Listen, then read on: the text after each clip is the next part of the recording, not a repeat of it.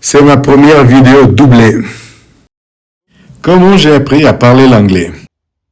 La vérité, c'est que moi j'ai eu de classe d'anglais depuis l'école primaire. J'avais des professeurs qui venaient des États-Unis et qui avaient une pédagogie plutôt bonne et qui parlaient très bien la langue. Par contre, à partir de la troisième, on a commencé à avoir des professeurs qui étaient des jeunes qui venaient pendant des saisons à la montagne, 2-3 mois, qui partaient après ça et qu'à la base n'étaient pas des professeurs de formation. Et la vérité, c'est que à moi ainsi qu'à plusieurs de mes camarades, comme de bons chiapanecos que nous sommes, on n'avait pas trop à foutre de l'anglais. Les livres en anglais étaient hyper chers. On répétait à peu près les mêmes leçons, une fois après l'autre, sans beaucoup d'intérêt. Finalement, de tellement répéter le même truc une fois après l'autre, quelque chose restait gardé dans notre cerveau, et de cette façon, on faisait une structure sur le langage. C'était une structure médiocre, mais une structure à la fin quand même. Des fois, les profs nous mettaient des films en anglais en nous expliquant un peu l'histoire et les dialogues. Ça, c'était pas mal. La secondaire, concentration et exécution. Quand nous sommes arrivés à la secondaire, on a à nouveau eu des professeurs qui venaient des États-Unis, qui avaient un bon niveau, et tout est redevenu stable à nouveau. Aussi, pendant le saut entre la première et la secondaire, les ordinateurs commençaient à avoir une meilleure technologie, des traducteurs intégrés. Évidemment, c'était pas parfait, elle faisait plein d'erreurs, mais c'était un outil acceptable. C'était à peu près dans les années 2002. Ça m'aidait à traduire des choses de l'anglais à l'espagnol et un peu pour écrire des petits textes. Mais il fallait quand même aussi que moi je donne de la cohérence à des paroles et des orations qui n'avaient aucune.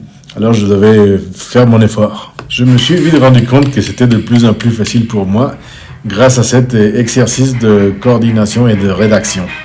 Chaque fois que je trouvais un mot que je ne comprenais pas, je demandais à des gens près de moi qui parlaient un peu l'anglais pour essayer de m'expliquer. Et sinon, j'utilisais le dictionnaire. Oui, à la maison, on avait un petit dictionnaire espagnol-anglais, anglais-espagnol.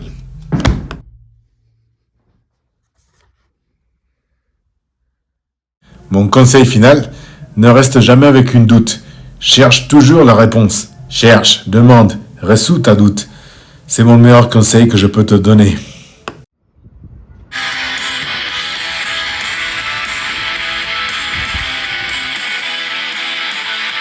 Un des facteurs les plus importants qui m'y a poussé à mieux apprendre l'anglais, c'est que depuis l'année 2003, ou même avant, j'ai commencé à écouter de la musique de plusieurs groupes.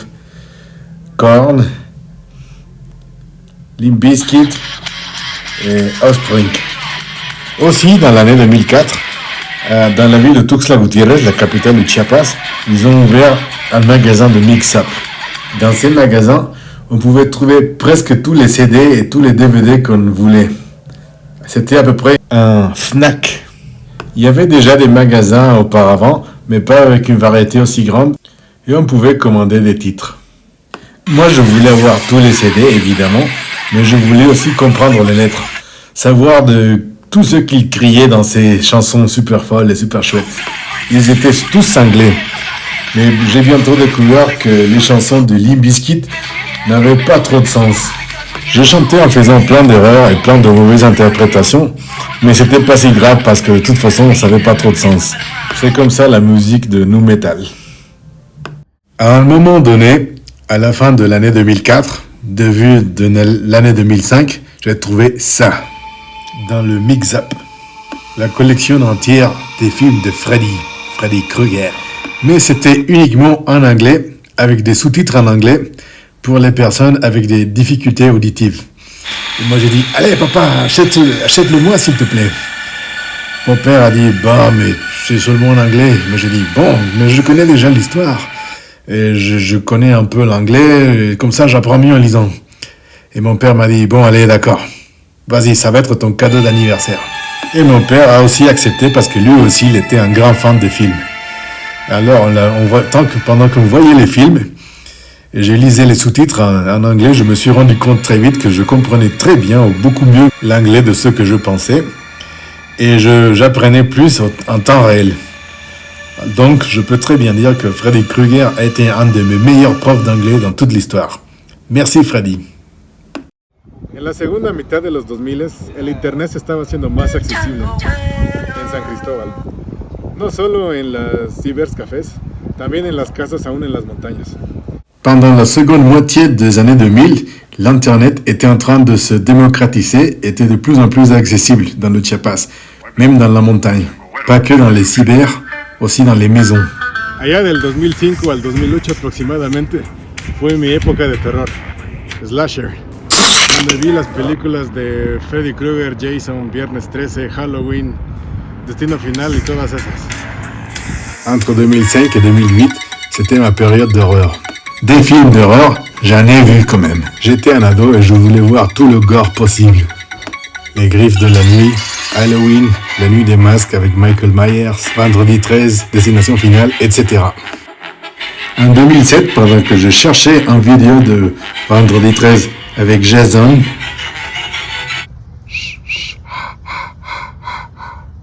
je suis tombé sur une vidéo du nerf furieux du Nintendo qui s'est bientôt transformé au nerf furieux du jeu vidéo. Un youtubeur gringo, bien avant l'existence même des youtubeurs tels que, qui disaient plein de gros mots et des blagues de pipi, caca, des choses violentes, tout ça, tous les trucs dont les adolescents ils adorent. Comme bon adolescent, j'adorais tout ce contenu grossier avec de la violence et du pipi, caca. Trop marrant. Grâce à tout ça, j'ai mieux compris l'humour gringo et j'ai commencé à comprendre l'argot en anglais, toutes les expressions entre amis. Tout ça, c'était marrant, c'était grossier, c'était marrant. Comme l'on parle dans la rue, par exemple. Tout ceci m'a servi comme inspiration pour faire des vidéos, l'édition, un peu tout ça, tous les slangs et tous les termes.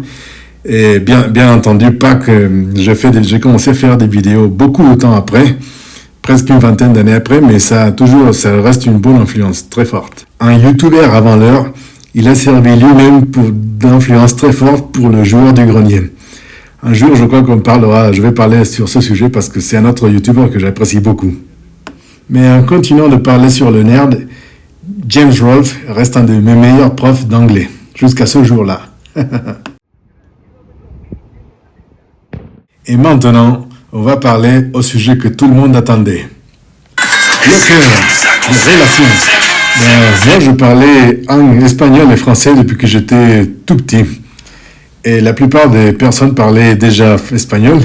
Alors je me suis dit, bon, si jamais je vais travailler ou vivre ailleurs, ça sera très probablement en France. Donc, pas beaucoup d'intérêt à apprendre l'anglais. Et en plus, tout le monde sait que les Français ne parlent pas l'anglais. Mais ma conscience a complètement changé une fois que j'étais dans la préparatoire. Je dis, je veux avoir des petites amies étrangères, je veux avoir des amis et des copains de tout le monde. Donc, il faut absolument pouvoir se communiquer. Et c'est là que j'ai mis beaucoup plus d'efforts à mieux comprendre l'anglais et l'apprendre mieux. Ben oui, sortir avec une jolie petite blonde, c'était une motivation excellente. J'ai connu quelques étrangères à la fin de la préparatoire, mais j'ai connu beaucoup plus, comme ça, intensement, à la fin de l'université, à partir à peu près de 2015-2016 plus ou moins. Ben oui, étudier et faire attention à classe, ça aide des fois dans la vie quand même. C'est chouette d'avoir des amis et des connaissances de partout dans le monde. On apprend beaucoup. Tout ça pour découvrir que la plupart des Mexicains sont tellement charismatiques qu'ils n'ont même pas besoin de parler anglais pour sortir avec des güeras, gringas ou des étrangères touristes en général. Bien évidemment! Depuis les années 70, on disait déjà que les güeras, les étrangères, elles venaient au Mexique, concrètement à Acapulco, pour chercher son lanchero de Acapulco. Donc, l'étrangère, la gringa, vient chercher son passeur d'Acapulco. Bien sûr, le passeur doit être un mec bien, sage, respectueux. Maintenant, on sait que c'est pas un stéréotype, c'est souvent la vérité, et qu'en plus, ça n'a pas changé depuis. Bien évidemment! Dernier conseil, si tu veux apprendre une langue, il faut soit avoir l'intérêt, soit en avoir besoin, soit le vouloir. Parce que oui, si tu n'as pas l'intérêt, si tu n'as pas besoin ni rien du tout, bah, tu vas pas l'apprendre, même si tu as le meilleur prof d'anglais ou de n'importe quelle langue dans le monde. Mais si tu as une de ces choses, tu peux déjà le faire. Tu as déjà la moitié du procès. Bon effort, bonne chance. Sauf si tu es déjà un Mexicain et tu n'as pas besoin d'apprendre une autre langue parce que tu es tellement charismatique que tu fais des amis partout dans le monde et tu es bien apprécié par les filles.